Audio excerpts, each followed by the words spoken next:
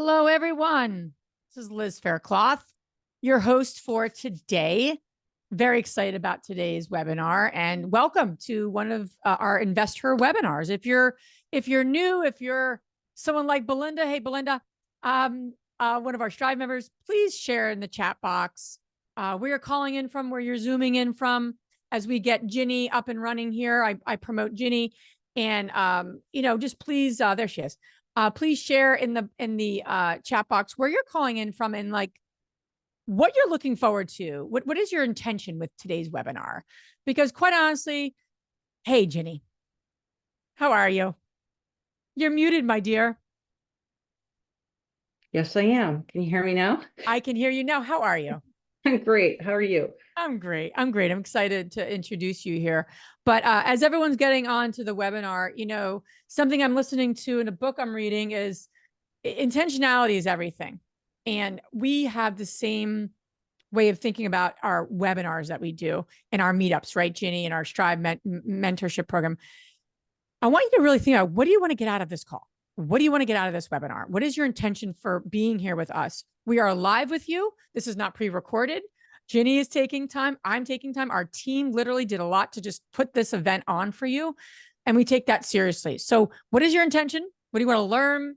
What have you? And also, what is your name, where you're calling in from? So, hey, Teresa, you're from Charlotte. Hey, love Charlotte. It's where we had our first InvestHER Con. Interested in hearing how the market will change as I revisit going back into, why can't I see that? Why is my screen getting wonky? Short term.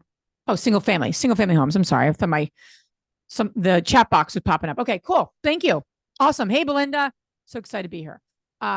Very cool. How the changes that Ginny's going to share with us today is going to impact. Cool. Hey, KD, thanks for being here from Arlington. Oh, I love Arlington. I was just there a couple of weeks ago. Want to buy a property this year? Confused if you're going to pay your broker directly or how much to approach. Yeah, that's really a big concern for so many of us. Hey, Lisa. Good to see you on here. Awesome. Well, thank you for everyone being here. I know there's more registered, more coming. So we're going to jump in because we have a lot to go over, right, Ginny? We do. I'm going to introduce Ginny here in a moment. Ginny, can you share your screen when you're ready to? Because I'm going to share my screen really quickly here. Yes. Share screen. Well, let me stop sharing. Can you share? Just make sure. I'm hitting. Okay, there. you can. Awesome. Can you all see that? Yeah, it's perfect. I'm just going to stop sharing just for a second, and I'm going to share my screen very, very quickly. Very cool. All right, let me just pop my slides on, and I'm just going to share a little bit about the community. All right, but thank you again so much for being here. Really appreciate everyone making time to be here. So a little bit about our community. If you're new to our community, I'd love for you to put new in the chat box. I want to welcome you. I want to tell you thank you for being here with us. We have been around. We're almost on our 500th podcast episode, which I can't believe. And we're celebrating almost 6 years of being around. So if you're new, I want to see you just say new. This is your first event, your first call. Awesome, Leslie. Leslie, are you coming to InvestHER Con? You're in Austin, my dear. You better be coming, Leslie. No, I'm just joking. You don't have to, I'm not going to be mean about it, but you're in Austin. That's where our conference is in 5 weeks. So thanks for being here, Leslie. Melinda, awesome. Garrett, Leslie, very cool. Heather, very cool. Well, thank you for everyone being here. Want to make this time well spent. So a little bit about our community, and then I'm going to jump in because Ginny, there's a lot to jump into here. So a little bit about our Facebook community. It is a safe space for you to ask questions, to give support, to get support. And if you've been with us and you're not using this is a great place just to kind of, be specific with something that you need help with. We have a wonderful women in that community. And I see their answers. I see the women answering. And these are really solid women. And if you are self-promoting and post random things, we'll take it down. So no problem with that, we have 50 plus meetups across the country. We're growing. Ginny here is one of our meetup leaders, Orlando in particular.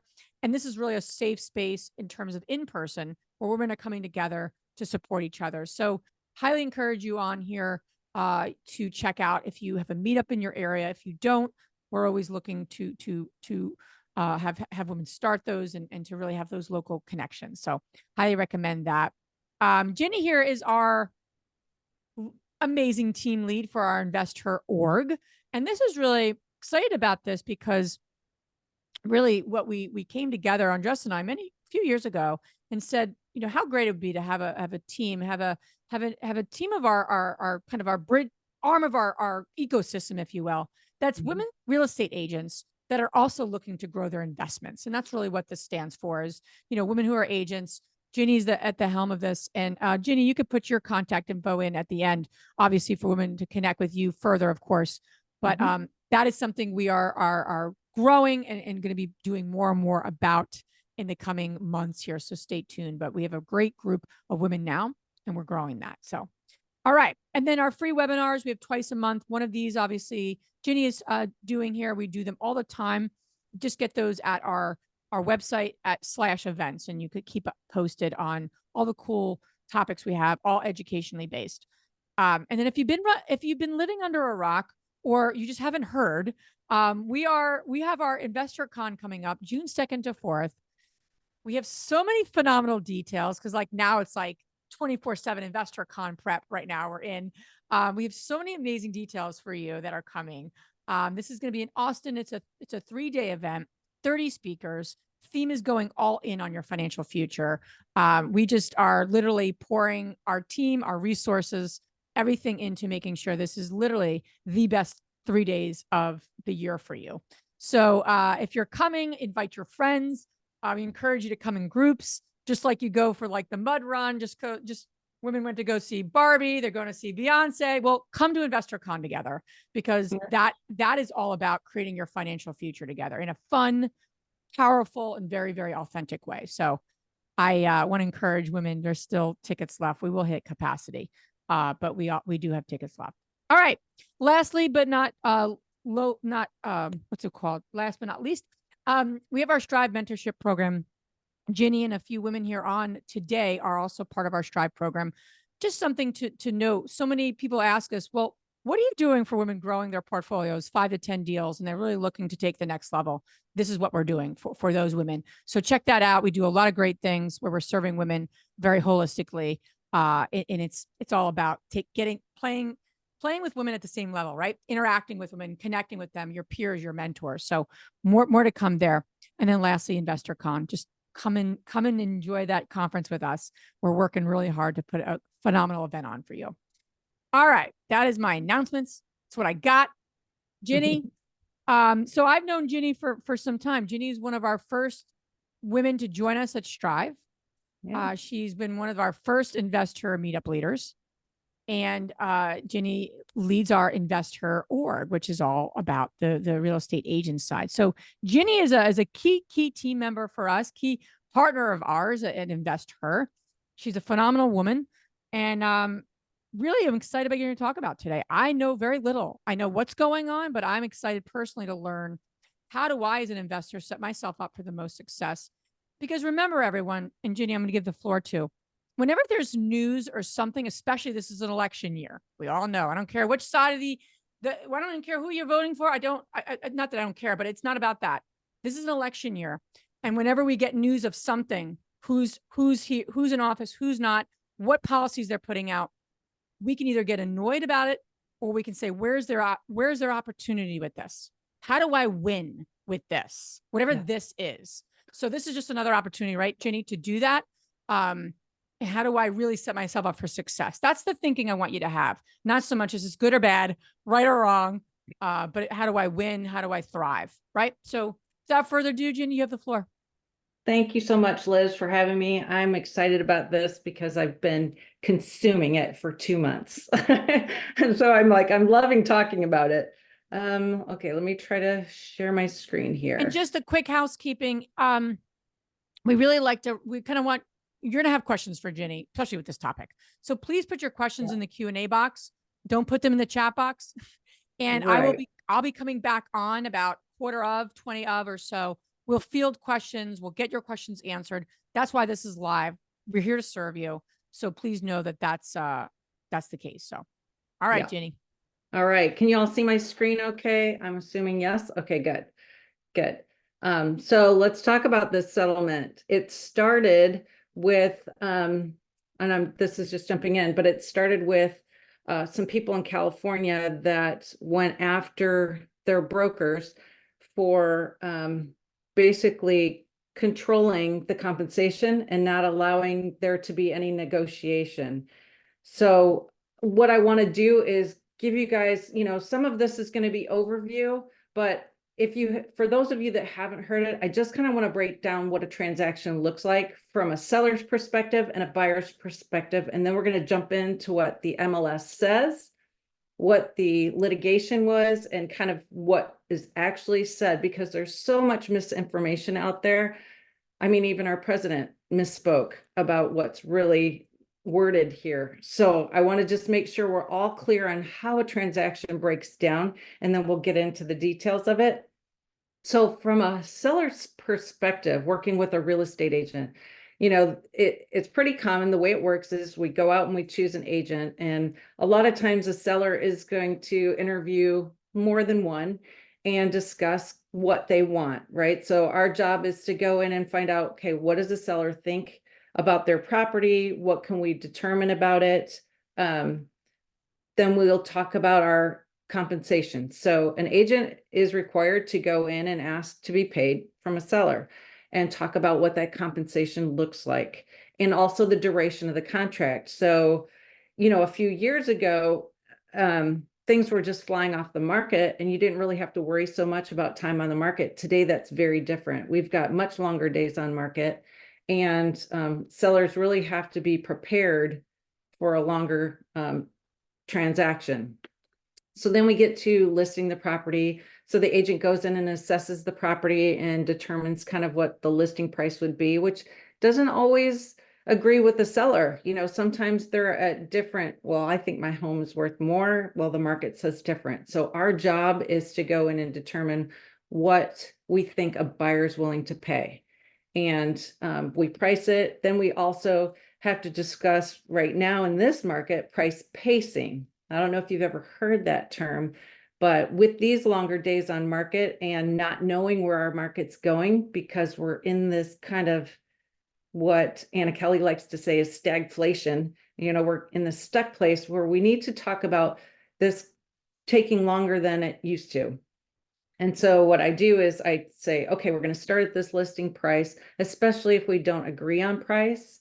And then we determine how many people saw the property, how often did we get any offers in the first couple of weeks, and do we need to make a price adjustment, and how incremental that is throughout the transaction till we can get it under contract. Then we market it, which we put it on the multiple listing service. The multiple listing service blasts it out to as many places as it can, places like realtor.com and Zillow and Redfin and homes.com. There's tons of places that it filters out to. So in that scenario, the agent has the opportunity to get as many eyes on it and bring as many buyers to the property as possible. We also do our own marketing and social media. We put the signs and the open houses, and print advertising comes with that. And then we negotiate the offers. We receive the offers, and it's our job to know, what does that offer say? What are the terms and conditions of the offer? And really explaining that to the seller and negotiating with the buyer's agent to reach a favorable sale. Once we're under contract, then we have to coordinate with the buyer's agent to do inspections, appraisal, and any due diligence that comes with the property. And then we assist in closing the sale. So when we either move it on to a title company or an attorney, and then they do their job, which is kind of researching the chain of title, making sure there's no liens or judgments on the property, no encumbrances to the property, so that the sale can be completed and there's nothing in the way of transferring the conveyance of the property. I have always gone to every closing that I've listed. I've been really surprised in the last couple of years how many agents kind of opt out of that. And that just kind of says to me that they're not finishing their job, which tends to become a problem of the whole industry, saying that agents aren't worth the money that we're paid, which is kind of what brought on this whole lawsuit. So it's really upon us as agents to really bring back the professionalism of the industry, do our due diligence, and make sure we are completely covering our client on both sides of the transaction. Because at the end of the day, we want to work with these people again at some point. At least I do. So the post sale is we may be required or asked to do something even after the sale. On the buyer's side, we go through the same process. We're choosing an agent who understands our budget, our price, our needs. We have like a buy box, just like an investor has a buy box. I want to buy a 3-bed, 2-bath block home in this zip code or this school district, whatever is going to fit your needs. And then our job is to make sure that they're qualified to buy that. So we have to go out and help them with a lender or connect with the lender they've already chosen and make sure they're pre-qualified in order to see the properties in the price range that they want to see. So it isn't just opening doors. It isn't just setting up a search, although that's it. We have an obligation to bring the properties to the buyer that fit their criteria. And so we do that through the multiple listing service. We go in and search for the criteria that the buyer wants. Then we go out and look at properties. Once we know they're pre-approved in that price range, we take them out and we start showing properties. Then we go to making an offer. So what I do is I'll put together like a list of properties that fit the criteria. I'll set up a day and say, okay, let's go see 4, 5, 6 properties in a day. Then we'll sit down and talk about each one and kind of, do they really match what the buyer's needs are? Even an investor, they have criteria, right? Does it fit their pro forma? I used to work in turnkey real estate with a property manager that was selling investors' property. And oftentimes I would have buyers that were out of state that never even saw the property, right? I would just help them with their due diligence of finding the numbers and finding the information on the property, getting it under contract, and then getting the inspections and that sort of thing set up, sometimes without them even seeing the property. So it looks a lot different today than it did back in 2016, 2017. But we go in and we negotiate the terms for our buyers. And once an offer is accepted, then we review the contract. So our job too is to review the contract to make sure both parties have signed it completely, that there's nothing missing in that contract, because I've seen deals fall apart because of missing initials on a contract. Because anything that's left open or unknown leaves the seller open to accepting other offers. And a couple of years ago, when we had this really hot market and multiple offers, and somebody saw one come in after they had already thought they signed everything, found a loophole because it wasn't completely signed correctly. So it's really important for an agent to make sure that everybody on both sides of the transaction understand the terms and that it's signed completely and all documents are in place. So once we get there, we do the due diligence and get the repairs and the credits with the seller done, and we go to closing. I mean, essentially that's the same on both sides. So in the multiple listing service, this is the policy that has always been around as long as I can remember. So this is commission and cooperative compensation of offers, section 1. It's the information specifying the compensation on each, sorry, I'm not even reading that right. Each listing filed in the multiple listing service of an association of realtors. So in filing property with the multiple listing service, participants may make blanket unilateral offers of compensation to other MLS participants and shall therefore specify on each listing filed with the service of the compensation being offered by the listing broker to the other MLS participants. This is necessary because cooperating participants have the right to know what their compensation will be prior to commencing their efforts to sell. So essentially, this is saying when the seller meets with the listing agent, they agree to the entire compensation. Okay. Of that, the listing broker collects all the money from the seller. and then they agree to cooperate with another broker to pay and compensate the buyer's agent. Okay, just so we're all on the same page. It has always been that way. Okay, the listing broker retains the right to determine the amount of compensation offered to sub-agents, buyer's agents, or to brokers acting in any other agency or non-agency capacities, which may be the same or different. So for instance, in my market, I have 3 sections in when I'm putting in the listing data. I have a single agent, which a single agent I would never recommend, but sometimes on luxury listings, you get that. So on a single agent, that means I am working exclusively with you, the seller, and no one else until this transaction is complete. You have 100% of my attention.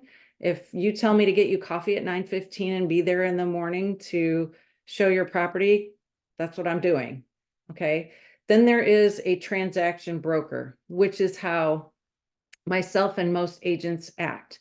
A transaction broker, now in every state, it's not allowed dual agency. However, here in Florida, dual agency is allowed. So it basically says, I am a transaction broker. I am guiding you through the process of the transaction. I am acting in your best interest. The challenge can come in a dual agency situation, so it's not recommended, although it is allowed. Then we have a no brokerage relationship, meaning I saw this property, I went to an open house, I met an agent there, and they sent the offer in for me. I don't have an agreement with that agent, but they're making the offer on my behalf. So all 3 of those boxes can be completely different. In my experience, and what I have done is I have compensated equally the buyer's agent to myself. So it's been split 50-50. In this lawsuit, that's kind of what they said. It was non-negotiable. This is where the lawsuit came in, is these agents said that the compensation was not negotiable, that it was absolutely 6%. And I don't know how much they gave to the buyer's agent in those particular cases, but for them, they were saying that 6% is what it is, and there's no negotiation. That is not true. That is not true. And I'll show you where it says that here. But what this here says is that the listing broker has the right to determine. So I have seen offers where the listing agent is making 3.5%, and the buyer's agent is making 2.5%. There could be a lot of reasons for that. You have agents that get upset over that, but at the end of the day, we've always been able to see what the compensation is in the listing agreement, in the list MLS, before we even go show the property. So to me, it was like, why would you even argue it? At the end of the day, you saw it, what it was before you went to show the property. I've had agents that write in a different amount on the contract, but it's illegal to put your broker compensation as part of the contract, because the contract itself is between the buyer and the seller. It is not the agreement that the seller had with the listing agent. So a lot of people get confused on all the difference between those, but that's why we have separate agreements for listing agreements. Now we're going to have separate agreements for buyer's agreements. We've always had them. I've always had my buyers sign a buyer broker agreement. So let me move on. Oh, the next one. This talks about what the MLS listing policy is with the antitrust compliance policy. The purpose of multiple listing is the orderly correlation and dissemination of listing information to participants so they may better serve the buying and selling public. Boards and Association of Realtors and their multiple listing services shall not enact or enforce any rule which restricts, limits, or interferes with participants in their relationship with each other, in their broker-client relationships, or in the conduct of their business in the following areas. This means that I, as a listing agent, can't go around the buyer's agent and talk directly to the buyer. nor can the buyer's agent go around the listing agent and try to talk to the seller directly. We have to talk to each other as agents to negotiate on behalf of our clients.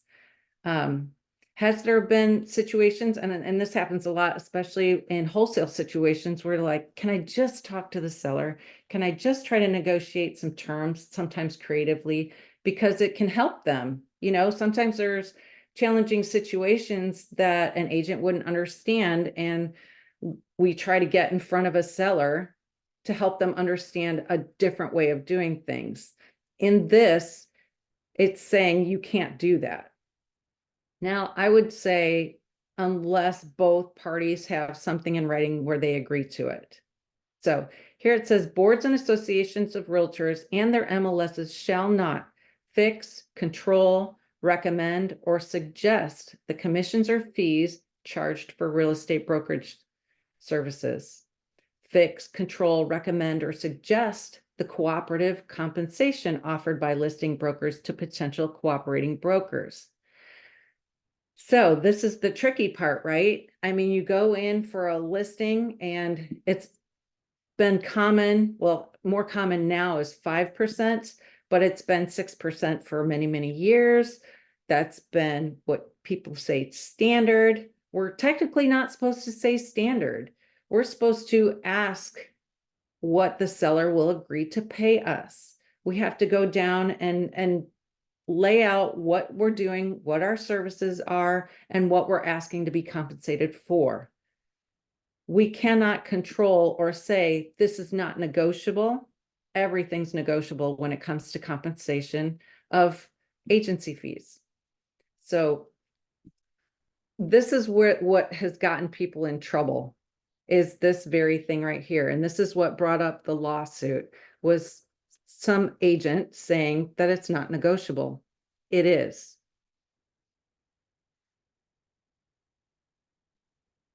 So here's an excerpt from the notice to members. So under the long established policy of this association, the State Association of Realtors, and the National Association of Realtors, the broker's compensation for services rendered in respect to any listing is solely a matter of negotiation between the broker and his or her client, and it is not fixed, controlled, recommended, or maintained by any persons not a party to this listing agreement. The compensation paid by a listing broker to a cooperating broker in respect to any listing is established by the listing broker and is not fixed, controlled, recommended, or maintained by any persons other than the listing broker. And this is where they were saying they didn't have a right to negotiate. And that's, I don't know, really, I honestly don't know how they lost this lawsuit. I mean, could they have gone against those particular brokers and those agents for this particular violation? Absolutely. How they got this to be a giant lawsuit, I don't understand, because it's right here in black and white. But here we are. Here we are. So the NAR, I think, ran out of money to continue fighting this fight, and they issued this statement. So I want to pull up my notes here too. So there were, again, a lot of inaccuracy in media coverage, including false representation and suggestion that the NAR requires a standard 6% commission. So this is their statement following the lawsuit. The National Association of Realtors does not set commissions. They are negotiable. The rule has been subject of litigation. That has been subject to litigation requires only that listing brokers communicate an offer of compensation. That offer can be any amount, including zero. And other rules throughout the MLS handbook and NAR policy expressly prohibit MLSs, associations, and brokers from setting or suggesting any such amount that should be included in that field. Again, the current rule that has been the subject of litigation does not set commissions. As reflected in the proposed settlement agreement, which has been partially approved. NAR has agreed to put in place a new MLS rule prohibiting offers of broker compensation on the MLS. Commissions remain negotiable as they have been. So what we know is this: buyer broker compensation is no longer allowed to be included on the MLS, right? It doesn't say that it can't be offered. It just says that it can't be in those three little boxes like I mentioned when I put up a listing agreement. What's going to happen there is every agent working with a buyer is going to be required to sign a buyer representation agreement, which includes the buyer broker compensation, right? Let me see here if I put it. So they're going to have to agree to pay their agent before they ever go see a house. Now, that's going to be a problem for a lot of buyers that can't afford that. They don't have an extra $5,000 or $10,000 or $15,000, depending on the price point, to bring to the table in addition to their down payment. Okay, but they have to agree to it before they even show a house. So the idea here is that the buyer's agent is going to have to, before they show a house, call the listing agent and find out, is there going to be compensation offered to me as a buyer's agent on behalf of my buyer? The listing agent's going to say, yes, it's this much, or no, it's not. You're going to have to get it from your buyer. In which case, in a lot of cases, that buyer's not going to come look at the house. They're going to say, I can't afford to pay you. Let's not look at this house. Let's go find a house that is offering something. Now, advice to you realtors out there: if you call a listing agent and they say something is being offered, I highly recommend you get that in writing, because we all know in these crazy times and transactions, people flip-flop, people change, because you have a seller agreeing to it one moment, and then let's just say there's a lot wrong with the house. They have to reduce the price of the house, or they have to fix a bunch of things they didn't see coming. Now all of a sudden they don't want to pay. So I have a feeling there's got to be some paperwork coming to us, because this all starts in mid-July. There's going to have to be something that we can get to protect ourselves that's in writing, that we can take to the closing table that says, no, you agreed to this at the beginning, or your buyer's agreeing to it. And there's just going to be so much more negotiation happening in these transactions, because you may have a seller saying, well, I'll give you 1%. And your buyer says, well, okay, I can pay you whatever else, 1%, 2%, whatever that looks like, or there's going to be some variation thereof. There's also what I have seen recently is that with FHA, they're not including the buyer's compensation. So let's just say you have a seller willing to give buyer's credit.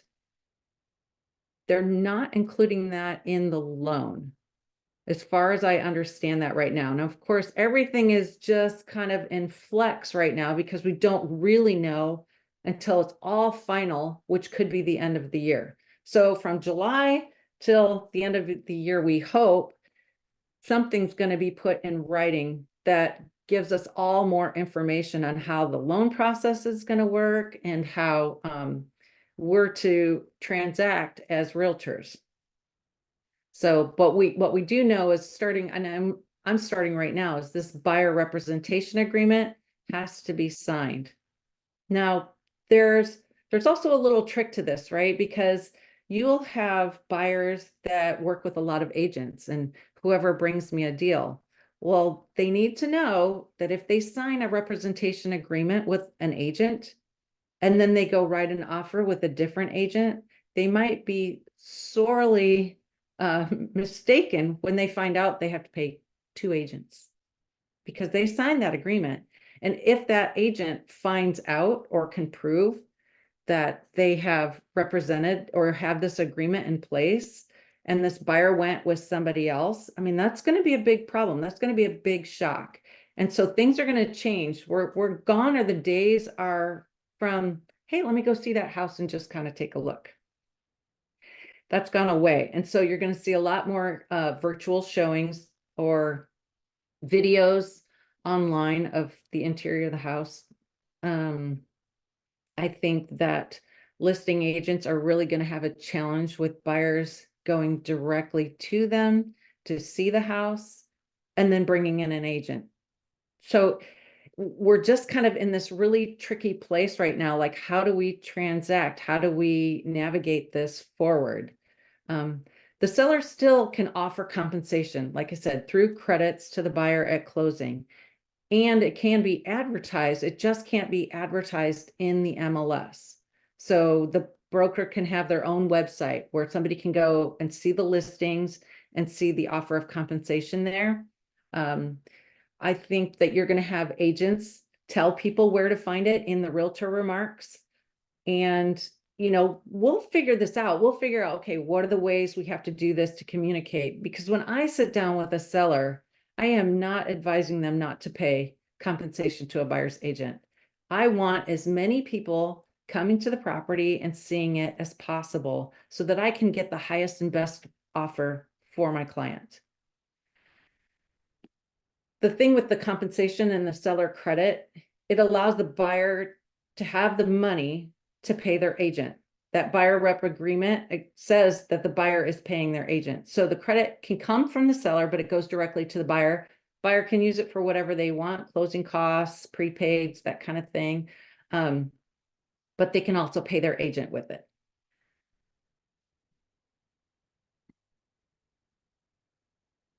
Okay, before we get to that, I'm just curious, and I see there's a couple of questions.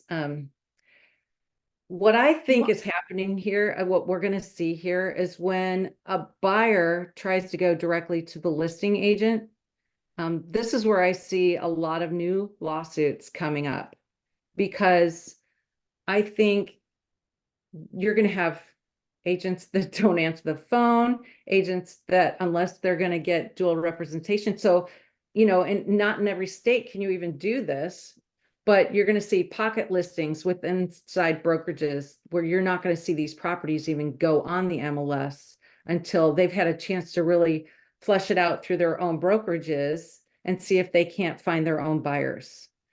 So sellers need to get ready for that. They need to be prepared that, my house might not show to the world. It may not go out to Zillow and Redfin immediately, because you're going to have listing agents that try to get both sides.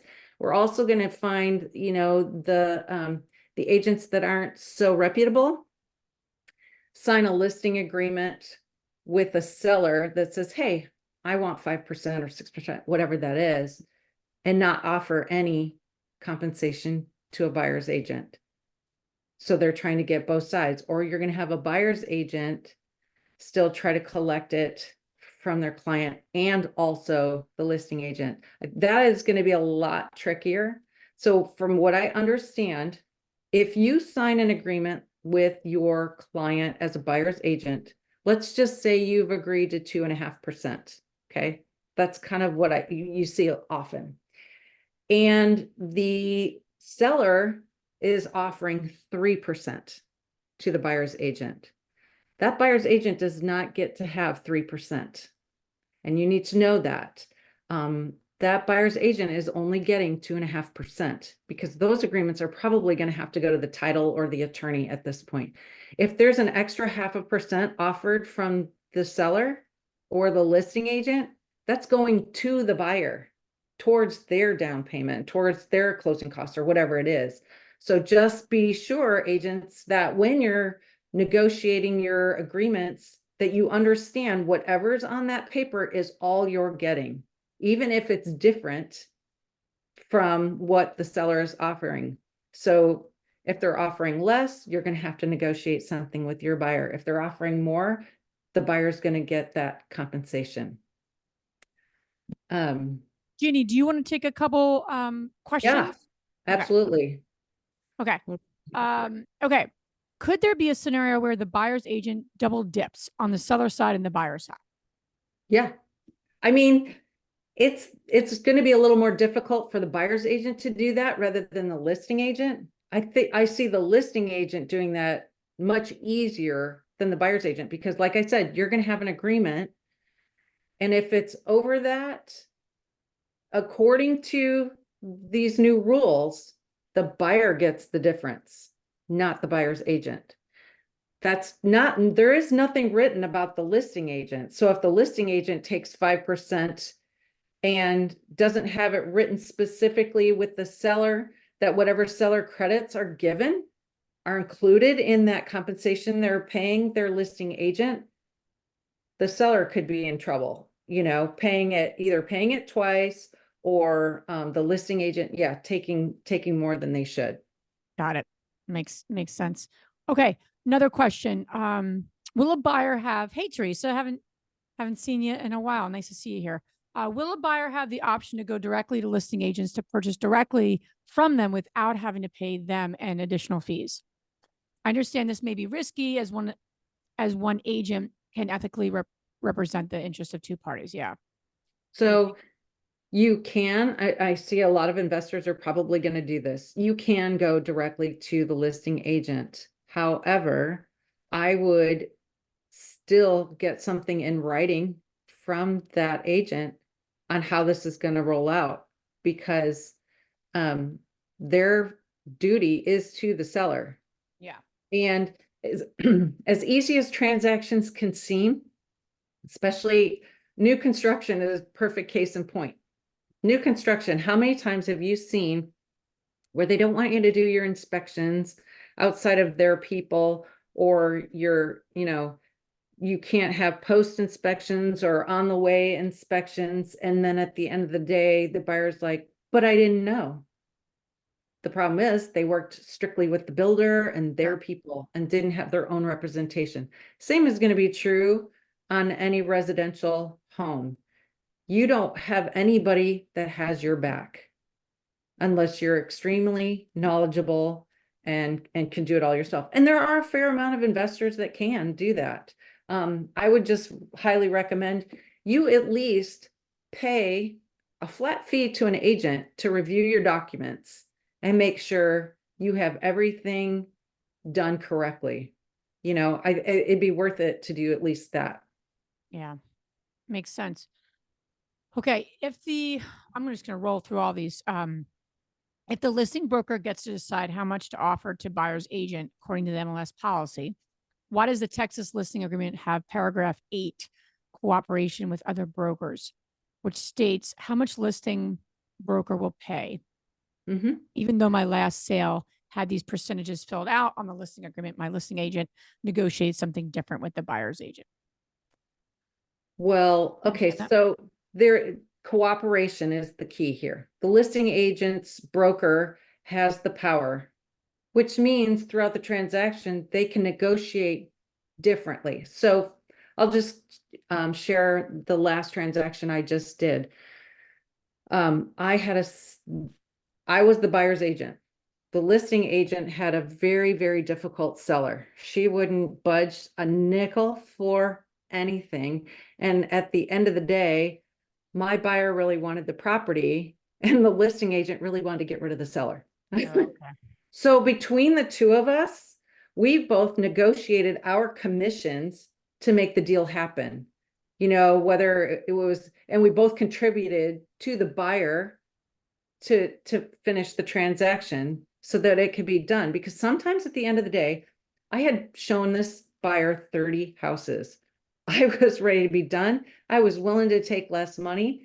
That listing agent was ready to be done with his client and willing to take less money. And so we just threw it in the deal and called it a day. You can negotiate with another agent outside of the transaction to make things close. And that's our job. That is our job. Oftentimes, that is why we get paid the money we get paid. So we have flexibility to do those kind of things to represent our clients. Sure. You as a buyer going directly to the listing agent, you're not going to have that. Makes sense. Okay. Okay, last couple questions, and you can continue on here, and we'll wrap here.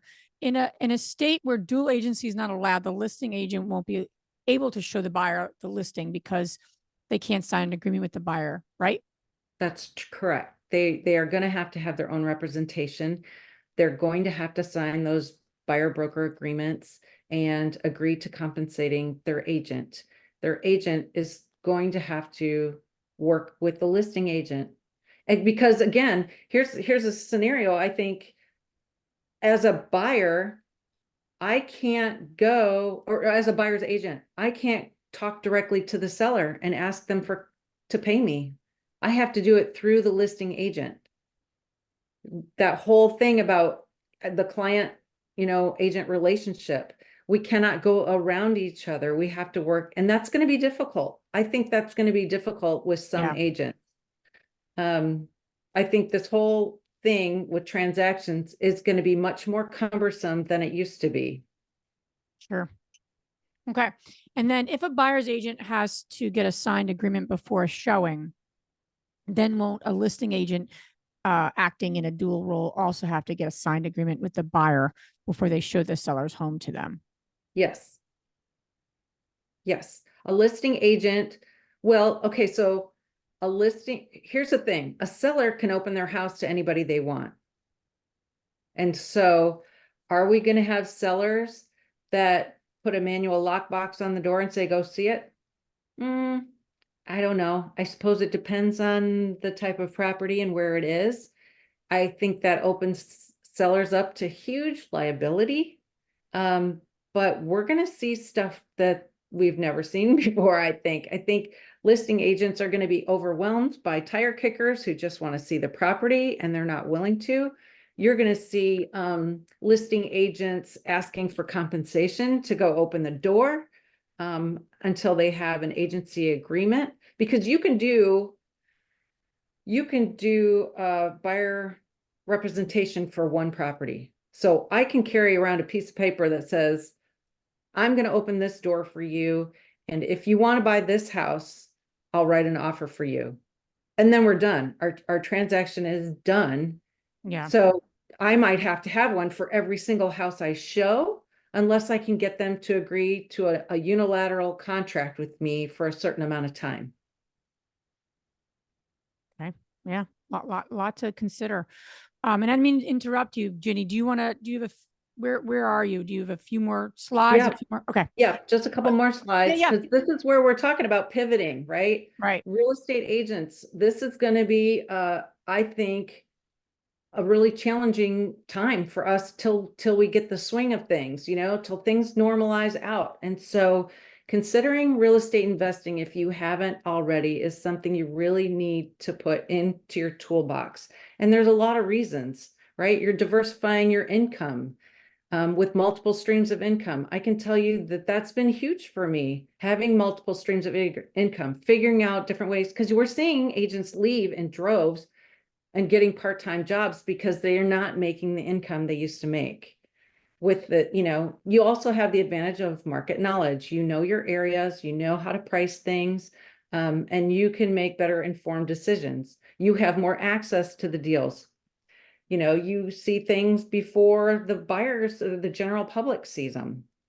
You can build personal wealth. Investing in real estate has significantly contributed to my financial growth. Hands-on experience. You see houses all the time. You're in and out of houses. You can see the condition. You can leverage your experience in buying and selling and negotiating. Here you go, agents. If anybody can go direct to seller, it's you.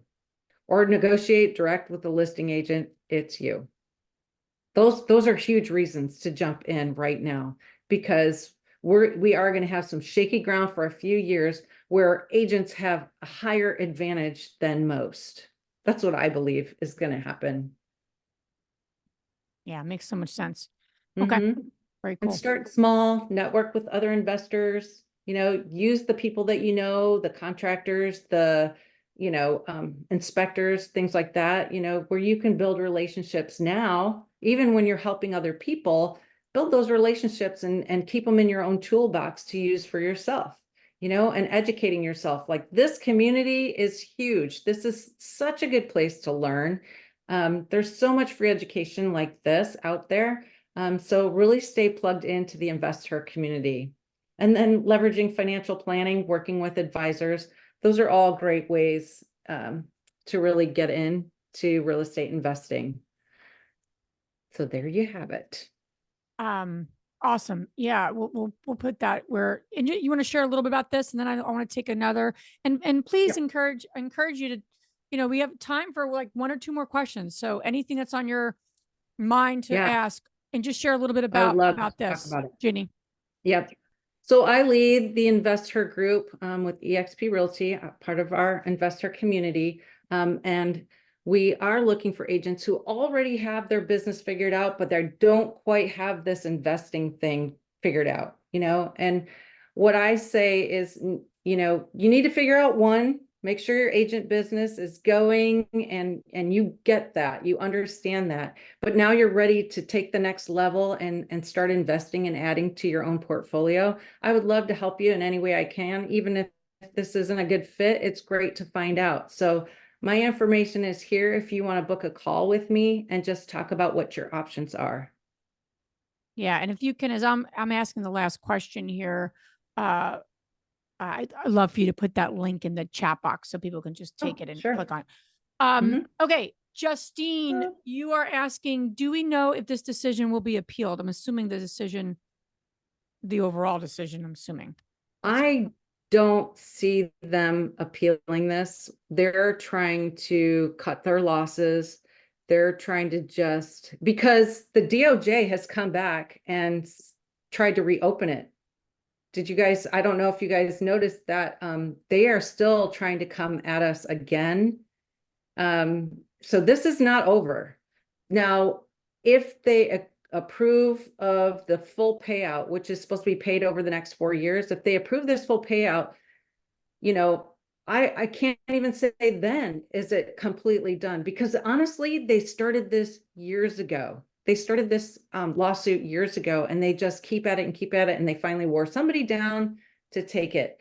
And if you tell me, I think there's more going on here than we realize. I think that trying to are they trying to eliminate realtors? Trying to put this all online? It just gives them more control. I think that government control kind of seems to be the consensus of the year, in a lot of different areas of our businesses. So you got to pay attention to what's happening in your community, who's in control, who's making the rules, because it starts local. It really does start local. Okay, in here, let me. I just put your account. I just put in Oh, there. you did? Thank you. Any other questions? And I'd love to see in the chat box for everyone one thing that you learned and one thing that you're going to take away as an action step. Especially with a topic like this, there's a lot here. We always encourage that to take away one thing you learn and one thing that you're going to actually do as a result of today's webinar. We really encourage that for everything that we do, everything we're involved in, right? So learn something and do something. So I'd love to see that in the chat box.